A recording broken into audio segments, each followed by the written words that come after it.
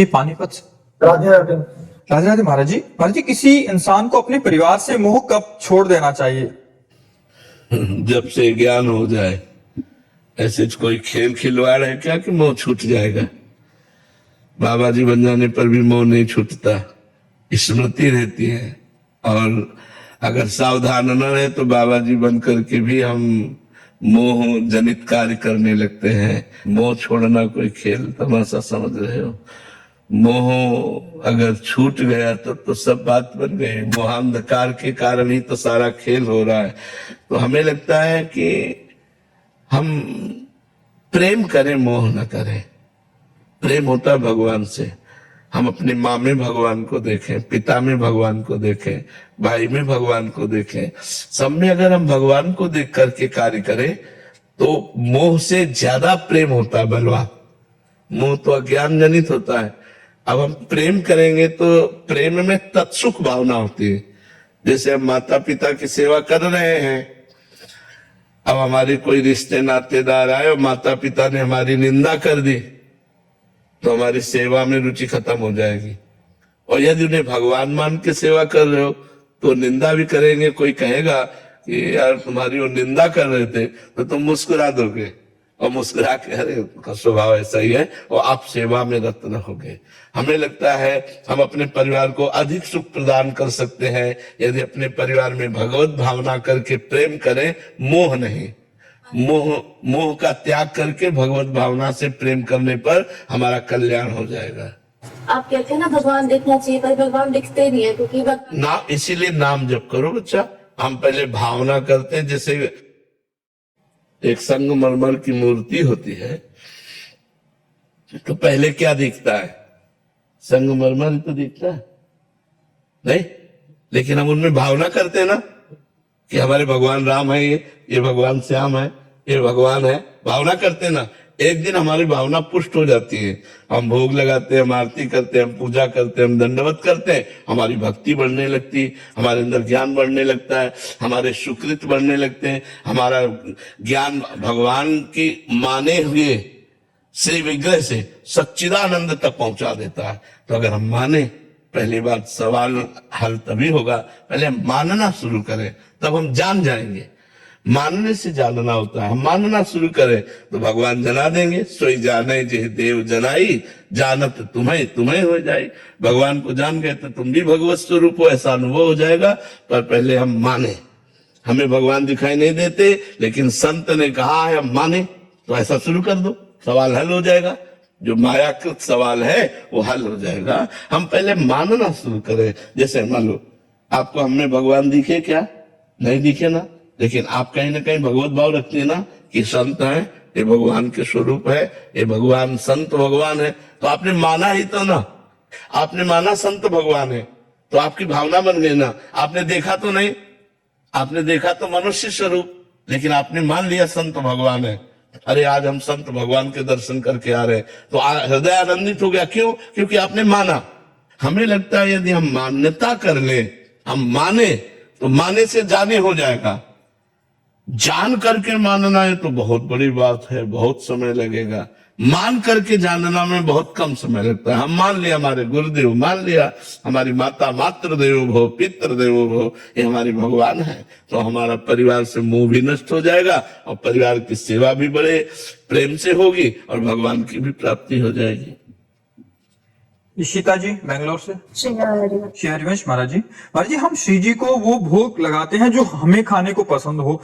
ये ऐसे में महाराज जी रसेंद्री पर शासन नहीं हो पा रहा। मतलब हाँ, एक बार हम कई बार बता चुके हैं, हमें मीठा पसंद था तो था, इसलिए कह रहे कि अब तो कोई रुचि ही नहीं रह गई किसी भी तरह। मतलब भोजन की भी रुचि नहीं है। समय से भोजन सामने प्राप्त हो जाता है, जो इच्छा हो, तो रुचि नहीं रह गई कि यार ये पाया जाए, ये खाया जाए, ऐसी कोई रुचि नहीं रह गई। पहले मीठा में बड़ी रुचि थी।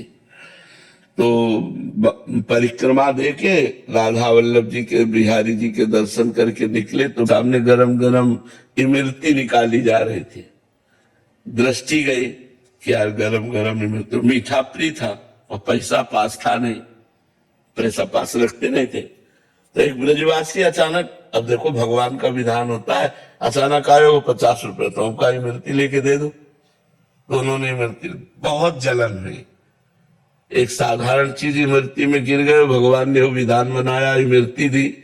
तो हम गुरु जी के पास गए अपने, और घटना बताई कि इमरती देख के ऐसा मन हुआ, तो मन होने के कारण भगवान ने व्यवस्था कर दी इमरती। तो महाराज जी ऐसे तो मन बहुत परेशान कर देगा।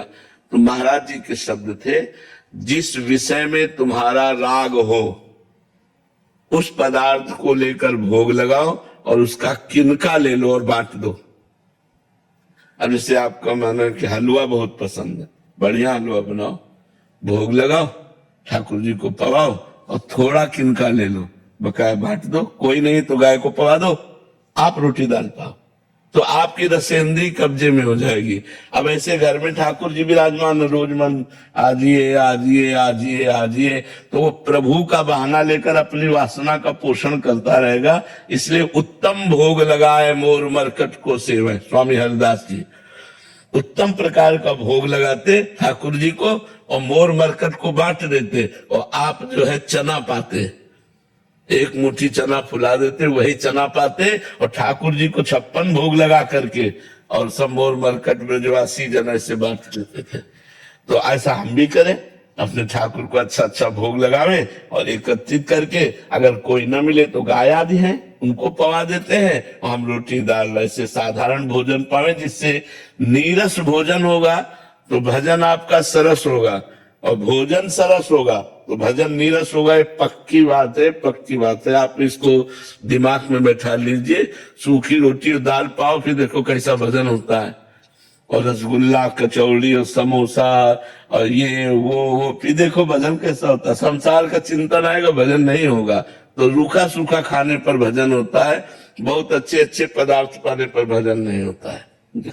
नवनीत पांडे जी, महाराज जी कृपा करके बताइए कि जीवन में कौन सी बातें वास्तविक आवश्यकता है और कौन सी बातें हमारी आसक्ति है। यदि गृहस्थ हो तो एक अपनी पत्नी से ही केवल अनुराग रखे, वो भी समय समय ब्रह्मचर्य का अनुष्ठान करता रहे और भगवान नाम जप करता रहे, और प्रातः से सायं तक जो अपनी दिनचर्या है उस दिनचर्या में जितना खाली समय मिले भगवान का नाम जप करे, और जो सांसारिक कार्य कर रहे हैं वो भगवान को समर्पित करे, और जीवन में हमको भगवत प्राप्ति करनी है ऐसा लक्ष्य बनावे, और कभी कभी 2-4 दिन की छुट्टी लेकर तीर्थ याटन करे। तीर्थ याटन में सबसे बड़ा तीर्थ साधु समागम होता है, उसमें हम संतों का संग करें, और संतों के संग में जो हमें बातें मिले उन्हें अपने आचरण में उतारे। अपने सारे कर्म भगवान को समर्पित करते हुए जो भगवान का स्मरण करते हुए समय व्यतीत करता है वो गृहस्थ होते हुए भी महात्मा है, और उससे भगवान की प्राप्ति होती है।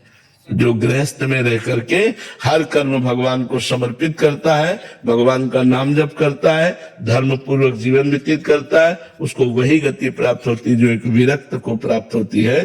क्योंकि गृहस्थ धर्म भगवान की सेवा प्रधान है, उसमें अतिथि सेवा, संत सेवा, परिवार की सेवा। तो उसके लिए अर्थोपार्जन करने के लिए जो कर्म करते हैं वो कर्म भगवान को समर्पित कर देते हैं। तो भगवत समर्पित कर्म हमें भगवत प्राप्ति की योग्य बना देता है।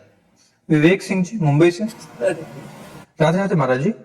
पूज्य महाराज जी, मनुष्य के जीवन में कितनी इच्छा उचित मानी जाती है, भक्ति के मार्ग पर और व्यवहारिक जीवन में, दोनों में अगर देखा जाए तो? कितने इसके कामनाओं का कोई थर्मामीटर थोड़ी होता है, लेकिन सांसारिक तौर तरीके पे कहें तो साईं इतना दीजिए जामे कुटुंब समाए, और मैं भी भूखा ना रहूं और साधु न भूखा जाए। और भक्ति का थर्मामीटर की एक क्षण भी भगवान का विस्मरण न हो। त्रिभुवन की राज्य लक्ष्मी देने पर भी जो आधे पल के लिए भगवान को नहीं भूलता वही महान भागवत है। तो भक्ति की चरम सीमा तो है भगवान का सतत स्मरण, अखंड स्मरण, अव्यावृत भजनात् अखंड भजन। और गृहस्थी की सीमा है अर्थादि की कि प्रभु हमारा भी पेट भर जाए, आए हुए अतिथि साधु संतों का भी पेट भर जाए, हमारे परिवार का भरण पोषण होता रहे, इतना देते रहना। और तो फिर कामनाओं की पूर्ति के लिए तो संसार पागल घूम रहा है, नहीं घूम रहा है। तो कितना कितना बढ़ोगे, कामनाओं की कभी पूर्ति तो हो नहीं सकती। तो उतने जितने आवश्यकता की पूर्ति हो जाए उतना धन की चाह करे भगवान से, अन्यथा तो चाह इतनी है कि कभी पूर्ति ही नहीं थी, ये अपना मुंह बढ़ाती चली जाती। कामना कामना कभी शांत नहीं होती बिना भजन के, और भजन करे तो कोई कामना नहीं रह जाती। भक्ति मार्ग में भी कामना आती है महाराज जी? हाँ, कामना आती क्यों नहीं। भक्ति मार्ग में कि हम ये कामना करते हैं कि हमसे निरंतर भजन हो, हम ये कामना करते हैं कि हमें जल्दी से भगवान का साक्षात्कार हो, हम ये कामना करते हैं कि हमारे अंदर से काम क्रोध लोभ मोह मद मत्सर नष्ट हो जाए, हम ये कामना करते हैं कि हमारे गुरु हमसे प्रसन्न रहे, हम ये कामना करते हैं कि गुरु की आज्ञा के अनुसार हमारा जीवन हो। ये तो आशा है ही, ये तो कामना है ही। राजेश कुमार जी सोनीपत से। राधे राधे महाराज जी। महाराज जी, मैं स्कूल में प्रधानाचार्य के पद पर कार्यरत हूँ। महाराज जी, आजकल बच्चों का झुकाव बुराई की तरफ बहुत ज्यादा हो गया, जिसके कारण अवसाद व तनाव की गर्त में वो गिर रहे हैं। महाराज जी, ऐसे में मतलब हमारा बहुत इस बात से हम भी पीड़ित हैं कि हमारी जो नई पीढ़ी है वो व्यसन और व्यभिचार की तरफ ज्यादा बढ़ रही है। दो बातें अधिकता पाई जाती हैं, और ये दो बातें जहां होती हैं वो सब कुछ नष्ट कर देती हैं। स्वभाव अपवित्र हो जाता है, विनय नहीं रह जाता, वाणी और चेष्टाएं अभद्रता से युक्त हो जाती है, मनमानी आचरण करने का खुला द्वार है व्यसन और व्यभिचार। तो और ये नई पीढ़ी में बहुत जोर से वायरस की तरह फैल रहा है, क्योंकि मोबाइल है और गंदे बच्चों का संग है और बाहरी देशों की नकल है। जो पाश्चात्य देश है बाहरी, उनमें तो भोग प्रधानता है, तो पहनावा ओढ़ावा बातचीत भोग विलासिता वो सब मोबाइल में है। आप बैठे बैठे सर्च कर लो, कहीं का भी कुछ भी देख सकते हो। तो जो गृहस्थ धर्म की क्रियाएं हैं वो जब सयाने लोग होते थे तब उनकी मानसिकता में उनका प्रवेश होता था। अब नवजात बच्चे जो है उनको खेलने के लिए मोबाइल दे दिया जाता है, तो जैसे जैसे बड़े हो जाते हैं फिर वो मोबाइल में बहुत प्रवीण हो जाते हैं, उसी में आसक्त हो जाते हैं। तो हर गंदी बात मोबाइल से सीखने के लिए, तो बहुत सद्गुण भी है मोबाइल में। मोबाइल सुनकर ही आए हो आप लोग, मोबाइल से सुन के तो आए वृंदावन एकांतिक में, और मोबाइल सुनकर नए बच्चे गलत आचरणों में जा रहे हैं और संग भी गलत हो रहा है। एक बच्चा गलत होगा तो 50 को गलत कर देगा। तो ये जो माता पिता की अवहेलना और गुरुजनों के वचनों को ना मानना, ये ज्यादा पतन में ले जा रहा है। अगर हम अपने टीचर की, अपने शिक्षक की बात पर ध्यान दें, अपने माता पिता की बात पर ध्यान दें, तो हमारा जीवन उज्जवल होने लगे। लेकिन न तो कोई गुरुजनों की बात पर ध्यान देता है। अच्छा, शास्त्र स्वाध्याय का कहीं कोई सहयोग नहीं, रुचि नहीं रह गई शास्त्र स्वाध्याय की। टेलीविजन और ये मोबाइल ने शास्त्र स्वाध्याय की तो बातें ही हटा दी एक तरह से, कि कोई बैठ करके रामायण को, भागवत को, गीता को अध्ययन करे, ऐसा तो बहुत कठिन हो गया। पहले घरों में, गांव में बता रहे हैं, दीपक जला लिया गया और रामायण अर्थ सहित पढ़ रहे हैं। 10-20 बूढ़े लोग बैठे हुए हैं, तो घर में हो रही तो कानों में तो पड़ती थी बच्चों के। अब वो सब बातें, पूजा हो रही, आरती हो रही, भगवान नाम कीर्तन हो रहा है। गांव का एक बढ़िया माहौल था, वहां सांसारिकता नहीं थी तो भागवतिकता भी थी। तो अब जो है जब समय मिला तो मोबाइल और टीवी, अब रामायण भागवत ग्रंथों का स्वाध्याय नहीं। तो आधुनिकता की पढ़ाई में इतनी क्षमता नहीं कि इंद्रियों का सुधार कर सके। आध्यात्मिकता के बिना मन और इंद्रियों पर काबू नहीं पाया जा सकता। आधुनिकता इतनी बढ़ती जा रही कि आध्यात्मिकता को मतलब, हाँ, एक अगर कोई आध्यात्मिकता में चलना चाहे ना तो वो बच्चे उनका उपहास कर देंगे। भाई गर्लफ्रेंड ना बनाए, बॉयफ्रेंड ना बनाए, ठीक से चले, कोई नशा न करे और अपना नियम पूर्वक दिनचर्या करे, माता पिता विनम्रता, तो उसको लोग उपहास करेंगे, उसकी अवहेलना करेंगे, तो उसको एक मतलब अलग ढंग से देखते हैं, उपहास करते हैं, तो फिर उसको भी आना पड़ता है उसी रंग में। तो नए बच्चों में ये दो चीजें जो बढ़ रही हैं, व्यसन, नशा और व्यभिचार, ये बहुत मतलब दुख का विषय है। क्योंकि ये अवस्था उन्नति के लिए है। अगर इस अवस्था में ध्यान देकर पढ़े तो ग्रेजुएट पदों में पहुंचे, हमारे भारत की सेवा करें। अच्छा, जो विलासिता का समय है वो 20 के बाद है, 20-25 हमारे शास्त्रों में रखा गया है। पहला ब्रह्मचर्य, दूसरा गृहस्थ, तीसरा वानप्रस्थ और चौथा सन्यास। 100 वर्ष की आयु में ये 4 रखे गए। 25 ब्रह्मचर्य के, 25 से 50 तक गृहस्थ और 50 से 75 तक वानप्रस्थ और 75 से 100 तक सन्यासी। अगर 100 वर्ष की आयु है तो उसके 4 विभाग कर दिए गए। तो अब 100 वर्ष की तो बहुत है, कोई जाता होगा 80 रख लो, तो 80 में उसके 4 विभाग कर लो। 20 वर्ष तक ब्रह्मचर्य, 40 वर्ष तक गृहस्थ, 60 वर्ष तक वानप्रस्थ और 80 वर्ष में सन्यास हो रहा है। तो अब वो शास्त्रों की बातें तो मानी नहीं जा रही। अच्छा, आप ज्यादा समझाने की कोशिश करें तो 4 बच्चे मिलकर आपका विरोध कर देंगे। यही होता है गुरु जी, सबसे बड़ी समस्या यही है। जी। तो बच्चों को हम समझा भी नहीं पा रहे हैं, तो इसी दिशा में मार्गदर्शन करें कि हम क्या उपाय करें कि आज जो युवा पीढ़ी है वो हिंसक हो जाते हैं सर। जो हमने अपनी बात रखी है वो अवसाद और तनाव में है और इतने चिड़चिड़े होते हैं और उसकी वजह से वो हिंसक भी हो जाते हैं। वाणी में नैतिकता नहीं रहती है और वो घर और बाहर दोनों समाज में हर जगह दिखाई देती है। तो इसलिए गुरु जी इस पर अब बिना आध्यात्मिकता के कैसे सुधार सकते हैं? अब देखो, ये नए बच्चे ही है, इनके अंदर कहीं ना कहीं सुन करके भागवतिकता आई है। तो देखो ये सब बैठे हुए हैं और सुबह जब हम आते हैं, सुबह पद यात्रा में, तो उनमें 10,000 लोग तो बड़े बूढ़े एवं टोटल जवान होते हैं, टोटल 9 युवक होते हैं। तो जो 9 युवक भाई हमें सहयोग दे रहे हैं कि संत वाणी सुन रहे हैं और उसका आचरण में उतार कर रहे हैं, तो हमें लगता है काफी परिवर्तन हो रहा है, काफी परिवर्तन। और बिना आध्यात्मिकता आए विनम्रता नहीं आती। वैसे विद्या विनयम ददाती, विद्या विनय को प्रदान करती, पर आज बच्चे उद्दंड हो रहे हैं, विनय छोड़ करके उद्दंड हो रहे हैं। हाँ, तो आध्यात्मिकता ही है भैया जो सुधार सकती है, और दूसरा तो कोई उपाय है नहीं। ज्यादा अगर करे तो बच्चे विरोध पैदा कर देते हैं, बच्चे मारने पीटने में टीचर के उतारू हो जाते हैं।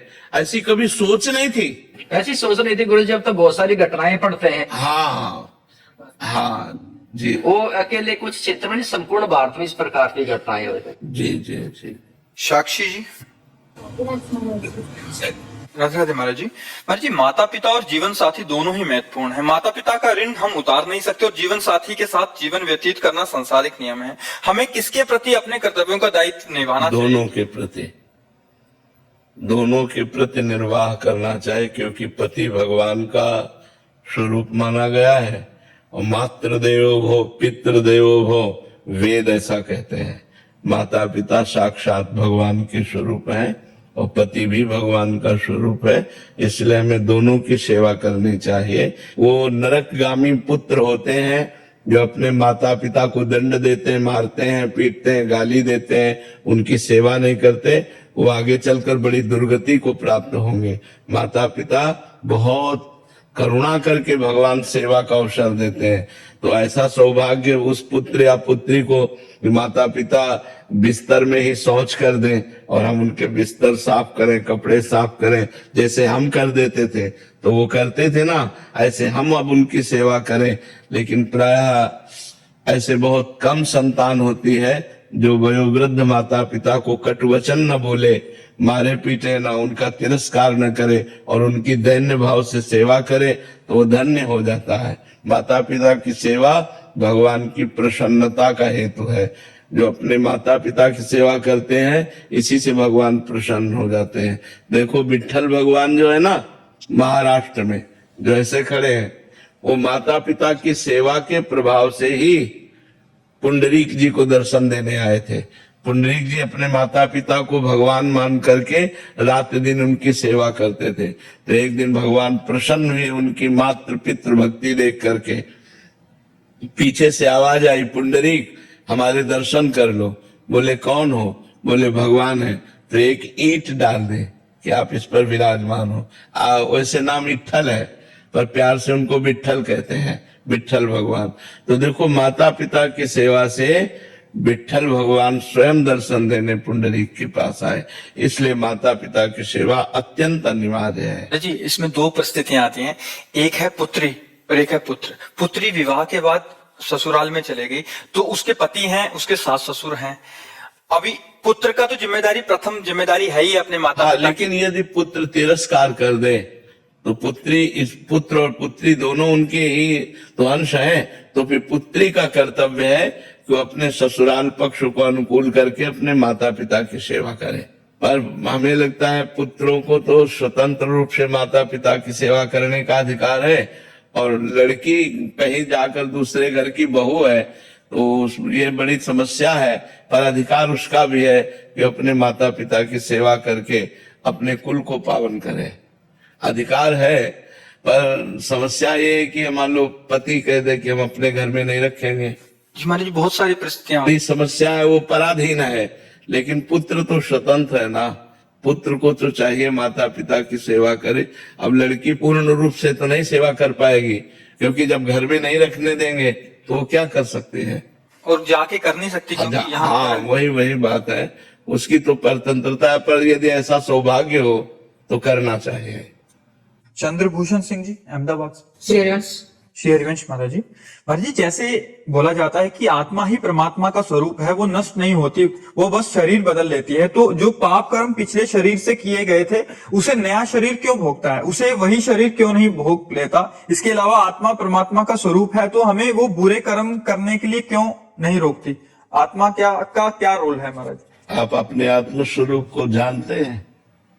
नहीं जानते ना, इसीलिए आपसे गलती होती है, क्योंकि आप अपने आत्म स्वरूप को न जान करके शरीर से तदात्म कर लिए, मैं पुरुष हूं। ऐसा है ना, जब आप शीशा देखते तो ये तो लगता मैं हूं, तो आत्मा को भूल गए, मतलब परमात्मा को भूल गए। बस यही भूल माया में फंसा दिया। अब जो आप पाप करते हैं तो आपके शरीर की एक सीमा है, 100 वर्ष, 70 वर्ष, 80 वर्ष। अब मुकदमा यहाँ अपने 10-10 वर्ष नहीं चलता, छोटी अदालत है, कई अदालत है।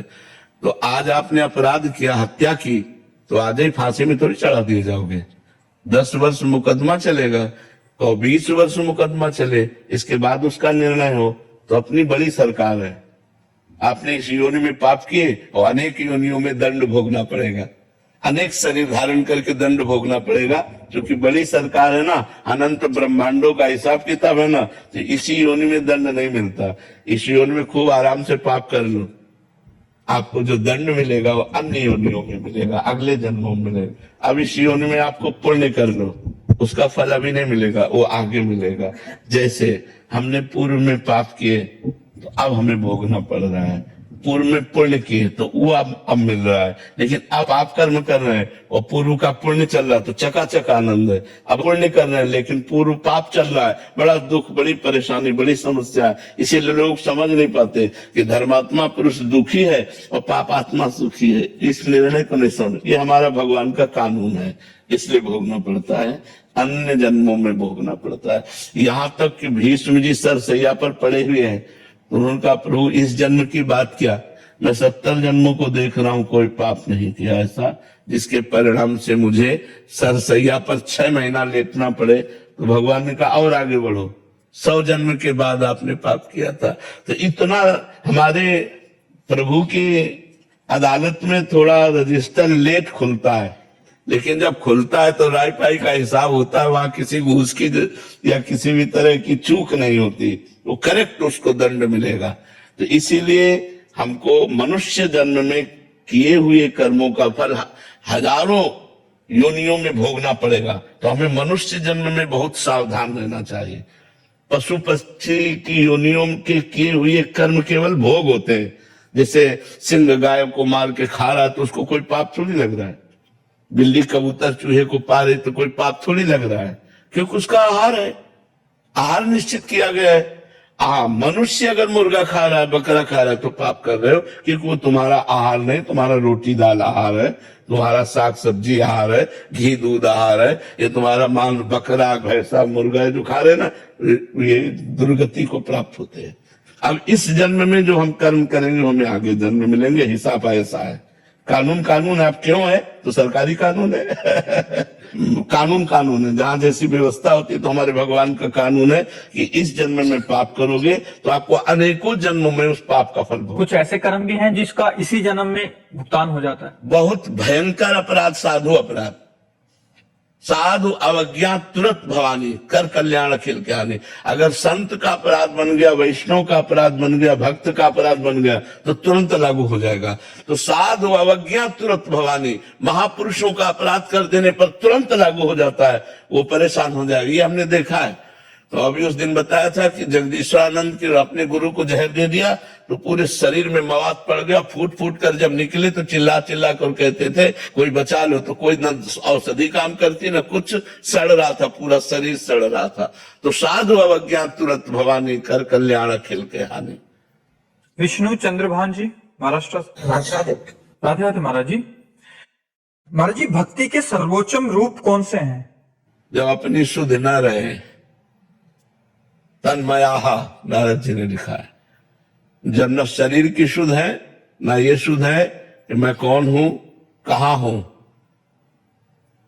मुझे क्या करना चाहिए, क्या नहीं करना चाहिए, ये सब भूलकर केवल इष्टाकार वृत्ति, ब्रह्म नहीं, माया नहीं, नहीं जीव नहीं काल, अपनी ही सुधि ना रहे, एक रहे नंदलाल।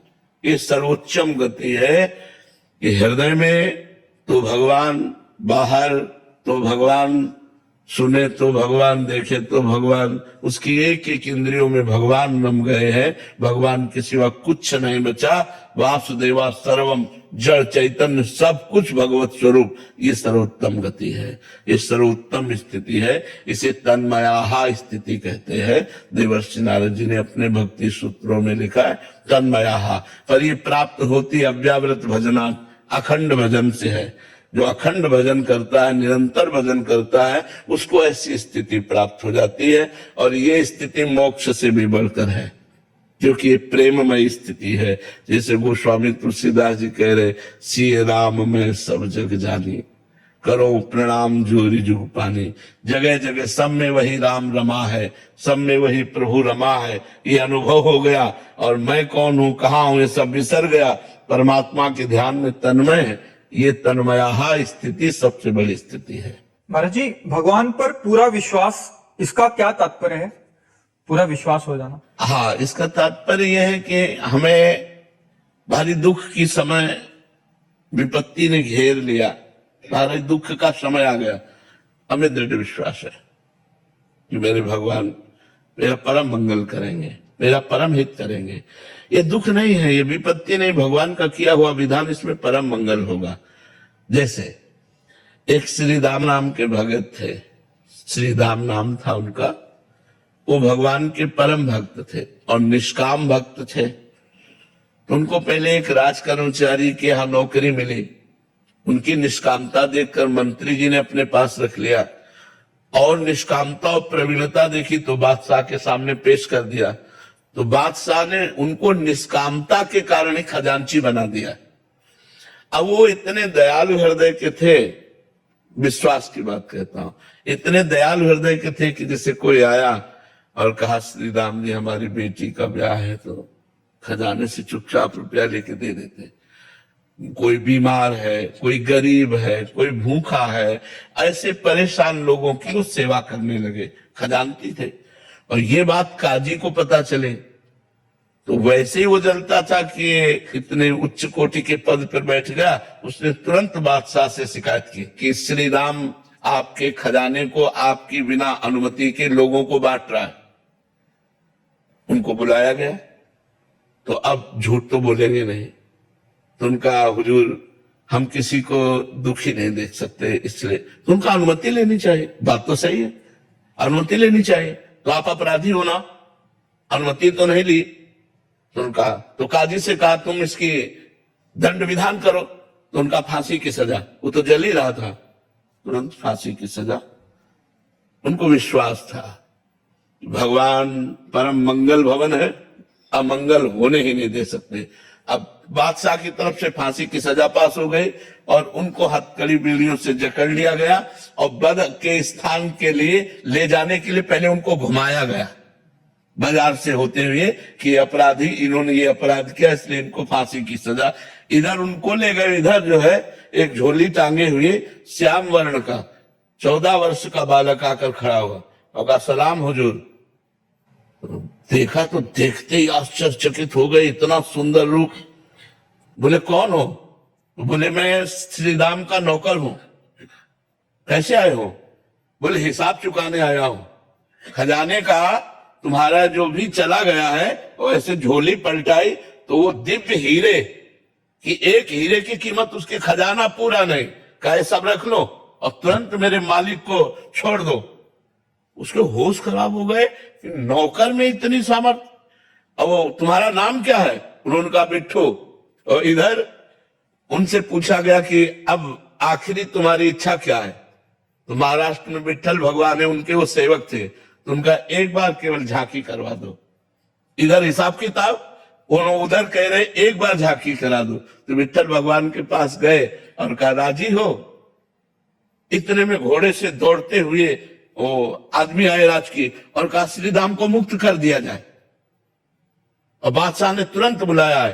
तो बादशाह ने बुलाया और कहा कि वो तुम्हारा नौकर वो हीरे डालकर पता नहीं कहां चला गया, मैं दोबारा देखना चाहता हूं, एक बार उसका दीदार करना चाहता हूं। तुम इतने धनी थे, हमें क्या पता कि हम तुम्हारे गुलाम बन सकते हैं, ऐसे हीरे तुम्हारे पास है, तुम्हारा नौकर लेकर के आया, तुम पहले क्यों नहीं बताया? तो उनका हुजूर हम आपके ही नौकर हैं, हमारा कोई नौकर नहीं है, आप विश्वास मान। बोले कैसे विश्वास मान? वो कह के गया। बोले क्या नाम बताया? बोले बिट्टू। अरे बोले महाराज वो हमारे विट्ठल भगवान है, वो हमारे इष्ट है, वो इसलिए तो वो रो पड़ा। उसने कहा एक बार दीदार करा दो। बोले हमारी सामर्थ्य नहीं, वो स्वतंत्र है, अगर वो चाहे तो दर्शन दे सकते। मैं तो विश्वास कि जो मैं धर्म का कार्य कर रहा हूं, भले फांसी मिली है लेकिन भगवान मेरी रक्षा करेगा। तो भगवान ने रक्षा की कि नहीं? हमारी अंतिम स्थिति तक विश्वास नहीं टूटना चाहिए। एक सांसारिक गाने में भी है ऐसी शक्ति हमें देना दाता, मन का विश्वास। मन का विश्वास। हे भगवान मुझे ऐसी सामर्थ्य प्रदान कीजिए कि किसी भी परिस्थिति में मेरा विश्वास न टूटे, मेरा विश्वास पूरा। जैसे एक जमींदारी पहले चलती थी तो बड़ा अत्याचार करते थे गरीबों के ऊपर जमींदार लोग। तो एक गरीब केवट था, तो उसने कुछ रुपए अपनी बेटी के ब्याह के ले लिए थे। तो साल 2 साल में मेहनत करके पैसा एकत्रित किया और जमींदार को दे दिया जाके, अपनी खेती से कमा के। जमींदार ने वो रुपया लिया और फाइल से नाम नहीं काटा, कर्जा का जो हिसाब था वो काटा नहीं।